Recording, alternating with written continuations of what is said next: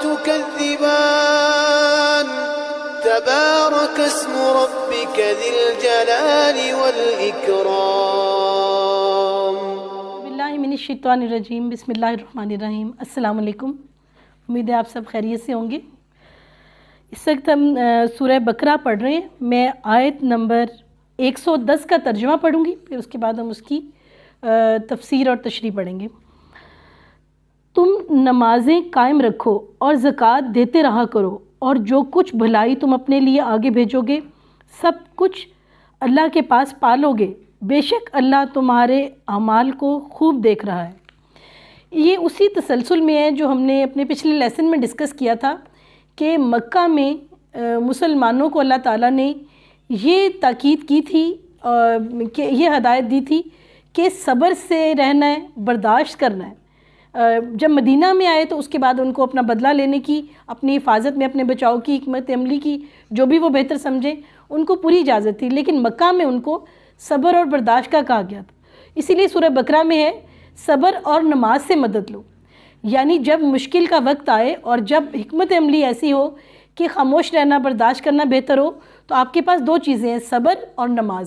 یہاں نماز سے مراد ہے نوافل پڑھیں، اور اللہ تعالیٰ وعدہ کر رہا ہے کہ وہ آپ کے اعمال سے واقف ہے.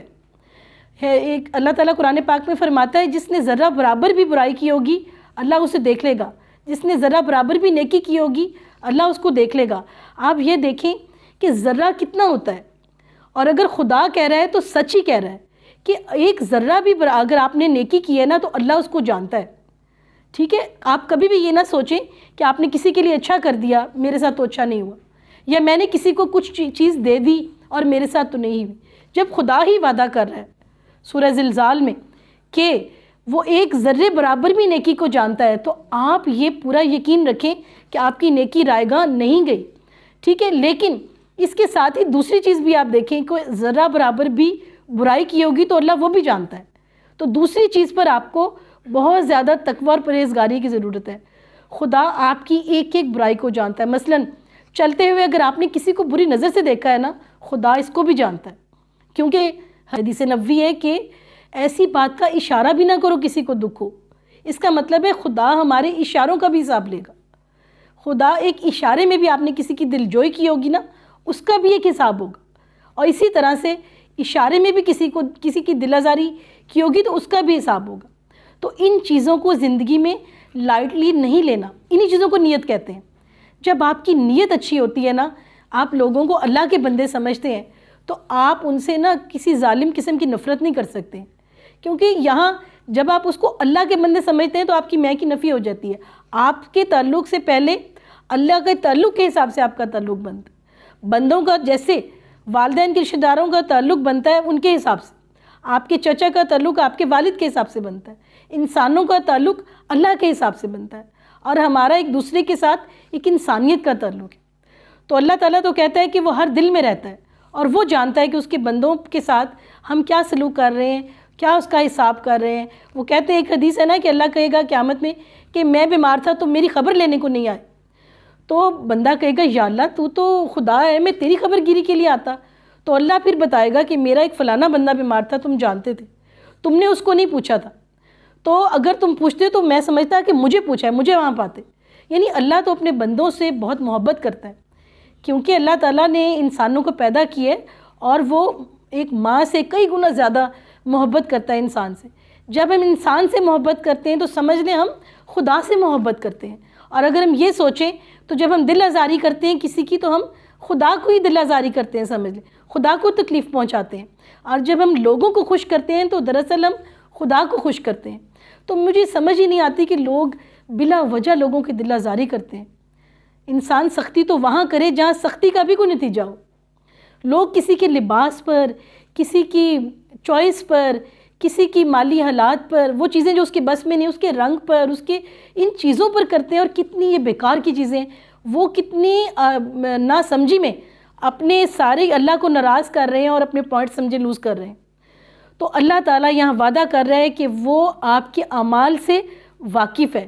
تو اس لیے ایک ایک چیز کو دیکھ رہا ہے. تو آپ کم از کم کہتے ہیں نا اچھا اخلاق پہ کچھ بھی نہیں لگتا.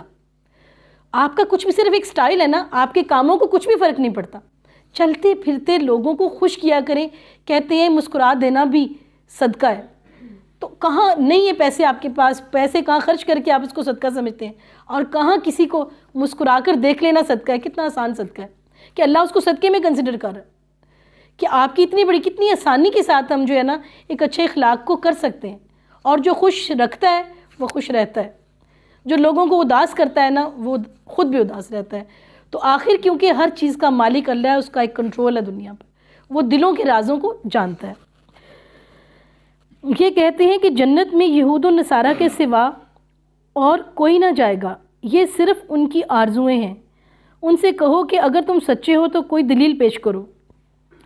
یہاں پر یہ تھا کہ یہودیوں کو یہ شک ہو گیا تھا کہ کیونکہ وہ بہت ہی ذلیل اور رسوا قوم تھی, اس کے بعد یہودیوں کو اللہ تعالیٰ نے وعدہ کیا تھا کہ تمہیں فضیلت دوں گا, اور اللہ تعالیٰ نے ان کو فضیلت دے دی تھی. اس کے بعد وہ اسی میں شک و شبہ میں مبتلا رہے کہ شاید یہ فضیلت ہی ہے اور ہمیشہ کے لیے اور بہت کوئی بڑی بات ہوگی, جبکہ اللہ تعالیٰ تو جس کو چاہے الٹا دے. کہاں وہ بہت فرعون نے ان کو حقیر کیا ہوا تھا اور پھر اللہ تعالیٰ نے ان کو فضیلت دی. اسی طرح جو عیسائی ہیں وہ یہ سمجھتے ہیں کہ حضرت عیسیٰ علیہ السلام ہمارے حصے کے سارے ظلم سہ گئے, اس لیے ہمارے گناہوں کا کفارہ تو وہ ادا کر گئے اور اس لیے ہمارے گناہ معاف. وہ سمجھتے ہیں کہ وہ سولی پہ چڑھ گئے, ہمارے اب سمجھیں ہمارے لیے کفارہ کر گئے. یہاں تک کہ وہ یہ سمجھتے ہیں کہ حضرت عیسیٰ علیہ السلام روزے رکھ گئے تو ہمیں وہ روزوں سے سمجھیں کہ آزاد کر گئے. یعنی یہ عقائد ہیں, ان پر اللہ تعالیٰ ان سے سوال کر رہا ہے کہ یہ باتیں جو آپ کہہ رہے ہیں بتائیں کہاں لکھی ہوئی ہیں. یہ تو ان کی کتابوں میں نہیں لکھی ہوئی ہیں, یہ وہ چیزیں جو خود سے کر رہے ہیں. اور ہمارے معاشرے میں بھی بہت سارے لوگ خود سے ہی بہت سی باتیں سوچ کے کرتے رہتے ہیں, جبکہ وہ قرآن پاک کا میں ایسا نہیں لکھا ہوا, احادیث میں ویسا نہیں ہے. ہیں تو وہ کسی خاص موقع کے حساب سے ہیں, صحیح بخاری صحیح مسلم مطلب زیادہ تواتر سے جو آ رہی ہیں ان میں ویسا کچھ نہیں ہے, اور بغیر اس کے بھی سوچ رہے ہیں لوگ, کہیں پر بھی نہیں. یعنی ایک وہ اس میں اپنی توہمات کا شکار ہے. سنو, جو بھی اپنے آپ کو خلوص کے ساتھ, یہ ہے جی آیت نمبر 112, جو بھی اپنے آپ کو خلوص کے ساتھ اللہ کے سامنے جھکا دے بے شک اسے اس کا رب پورا بدلہ دے گا, اس پر نہ تو کوئی خوف ہوگا نہ غم نہ اداسی. اب دیکھیں کتنی خوبصورت آیت ہے کہ اللہ تعالیٰ پوری طرح سے جھکا دے, یعنی اپنے آپ کو اللہ تعالیٰ کے اللہ کی مرضی کے تابع کر لے. آپ یہ دیکھیں کہ فرائض تک میں بھی اللہ تعالیٰ نے ہمیں ریلیکس کیا ہوا ہے. ذرا آپ بیمار ہو تو نماز بیٹھ کے پڑھنے کی, ایون بیٹھ نہ سکے لیٹ کے پڑھنے کی اجازت ہے. تو کچھ حالات میں روزے پوسٹ پون کرنے کی اجازت ہے, فرضی روزے آپ بعد میں رکھ لیں, لیکن وہ گنتی پوری کرنا لازم ہوتا ہے. کسی بھی مسئلے میں اگر آپ فرض روزے بعد میں کرتے ہیں تو اس کی گنتی پوری کرنا لازم ہوتا ہے. اس کا کفارہ آپ اماؤنٹ سے نہیں دے سکتے. قرآن پاک کہہ رہا ہے کہ بہتر یہی ہے کہ آپ وہ گنتی پوری کریں. تو حج ہے تو وہ صرف اس پہ فرض ہے جس کے پاس فالتو پیسے ہیں اور اس کے پاس پڑے رہے ہیں. وہ زکوٰۃ ہے تو صرف اس پر ہے جس پر ایکسٹرا اماؤنٹ ہے, 1 سال تک پڑی رہی ہے. تو آپ دیکھیں کہ خود قرآن پاک ہمیں کتنا ریلیکس کر رہا ہے. آپ سفر میں جاتے ہیں, فرض نماز آپ کی آدھی ہو جاتی ہے, یعنی اللہ تعالیٰ فرض کو معاف کر دیتا ہے. جمعے میں لوگوں کو جلدی ہوتی ہے تو کتنی شارٹ نماز ہے, اور خاص کہا گیا ہے کہ اپنے خطبات کو چھوٹا رکھو تاکہ لوگ تھک نہ جائیں, انہوں نے جلدی جانا ہے. تو اس لحاظ سے یعنی دین میں فرائض میں اتنی ریلیکسیشن ہے تو پھر کون سی چیز ہے. اور باقی جو ہے نا اللہ تعالیٰ کے سپرد کر دینا, وہ یہ ہے کہ نیتاً کم از کم آپ اللہ کا نا لحاظ رکھ لیں. گناہ اور ثواب میں, حلال اور حرام میں اللہ تعالیٰ کا لحاظ رکھ لیں, ایک تعلق کا لحاظ رکھ لیں. ادروائز دین اتنا آسان ہے کہ میں حیران ہوتی ہوں. ہم نے خود مشکل بنایا ہو تو الگ بات ہے, لیکن اللہ کی طرف سے تو دین بہت آسان ہے. یعنی یہ ہمارے پاس جو 5 ارکان اسلام ہے, اور جہاد ہے. جہاد کا تو سب سے کم رتبہ یہ کہ آپ کم از کم دل سے تو ایک چیز کو برا جانیں, اور جس حد تک آپ روک سکیں نا, جتنی آپ میں صلاحیت ہو اس حد تک روکیں. اور دل میں کسی چیز کو برا جاننا ویسے سب سے کم ہے درجہ, لیکن یہ تو مشکل نہیں ہوتا نا, کسی قید بندے کے لیے بھی مشکل نہیں ہوتا یہ جہاد کہ وہ دل سے برا جانے, دعا ہی کرے کم از کم. تو کتنا دین آسان ہے کہ آپ کے لیے کچھ کوئی بھی جو ہے نا وہ نہیں ہے. نماز تک میں اللہ تعالیٰ نے اتنی ریلیکسیشنز دی ہوئی ہیں.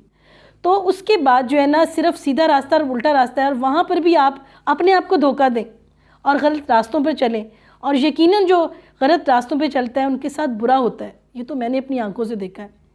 کبھی بھی ایک تو انہیں سکون نہیں ہوتا, دوسرا جیسا کرو گے ویسا کرو گے, ٹٹ فار ٹیٹ. یونیورسل ٹروتھ ہے یہ یعنی اسلام ہی نہیں کہہ رہا یہ بات نہ کہ آپ برا کریں گے تو برا ہوگا، خدا کو بلائیں گے تو برا ہوگا.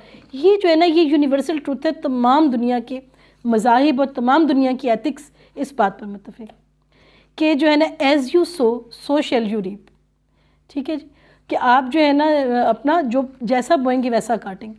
تو یہ ایک طے چیز ہے. تو پھر جو ہے اور اس میں جو ہے اللہ تعالیٰ نے ان کو کہا ہے کہ جو اللہ تعالیٰ کے اس پہ پورا کریں گے ان کا بدلہ دیا جائے گا جو اپنے آپ کو اللہ کے مطابق ڈھال لیں گے.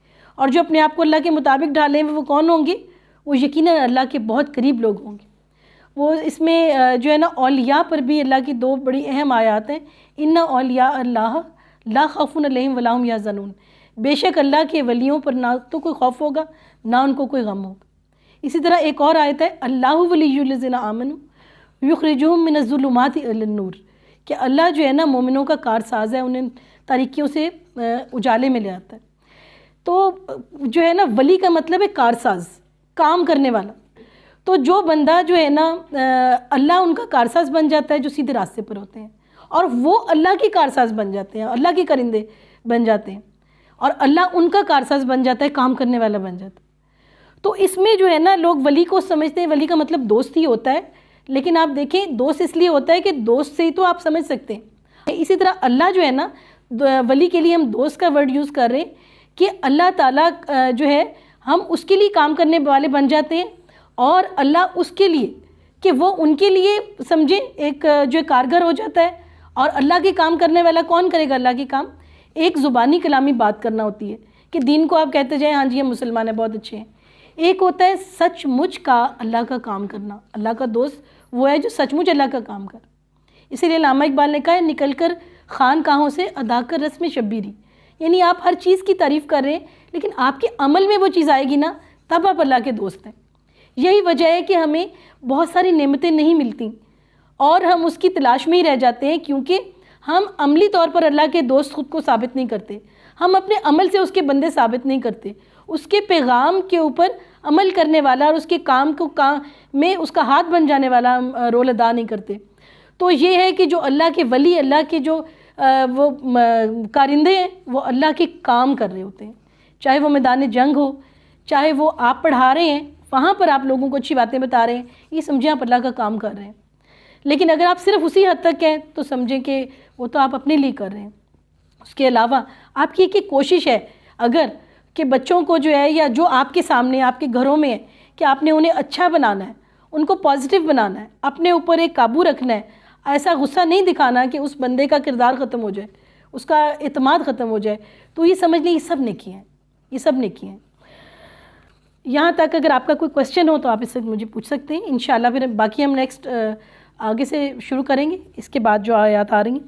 کوئی سوال آپ کا ہو تو؟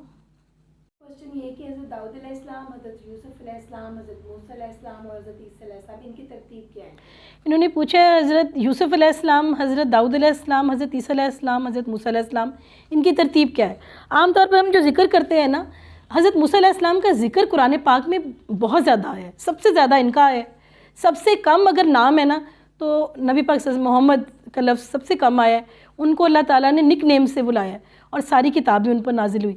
لیکن حضرت موسیٰ علیہ السلام کا نام جو ہے نا بہت بار آیا ہے، غالباً 130+ میں جا رہا ہے یہ جو مجھے یاد پڑتا ہے. تو انہوں نے جو ترتیب پوچھی ہے اس میں بہت زیادہ جو ہے لوگوں کو میں نے دیکھا ہے، بڑا اچھا ان کا کویسچن ہے. ان میں حضرت یوسف علیہ السلام تو ہے ہی بہت پہلے کی بات، اس کے بعد حضرت موسیٰ علیہ السلام ہے، اس کے بعد حضرت داؤد علیہ السلام ہے، اس کے بعد حضرت داؤد علیہ السلام کے بیٹے حضرت سلیمان علیہ السلام ہے، اور اس کے درمیان میں بھی کئی انبیاء ہیں، اور پھر آخر میں نبی پاک سے آخر میں حضرت عیسیٰ علیہ السلام ہے. حضرت عیسیٰ علیہ السلام کے بعد ہمارے نبی ہیں. یعنی یہ تورات جو ہے زبور سے پہلے آئی تھی. پہلے حضرت موسیٰ علیہ السلام ہے، بعد میں حضرت داؤد علیہ السلام ہے، اور ان کے بھی بعد حضرت سلیمان علیہ السلام، اس کے بعد حضرت عیسیٰ علیہ السلام، اور اس کے درمیان میں کچھ اور انبیاء بھی ہیں، کچھ اور انبیاء بھی ہیں انہی میں. حضرت عیسیٰ علیہ السلام اور حضرت موسیٰ علیہ السلام کے درمیان تقریباً 1000 سال کا ہے ٹائم، اور اس میں جو ہے نا آئے ہیں حضرت زبور بعد میں آئی ہے، اور حضرت عیسیٰ علیہ السلام نے زبور اور تورات دونوں کو انجیل کا حصہ بنا دیا. اوکے، انشاءاللہ آپ سے نیکسٹ لیکچر میں ملاقات ہوگی. اللہ حافظ.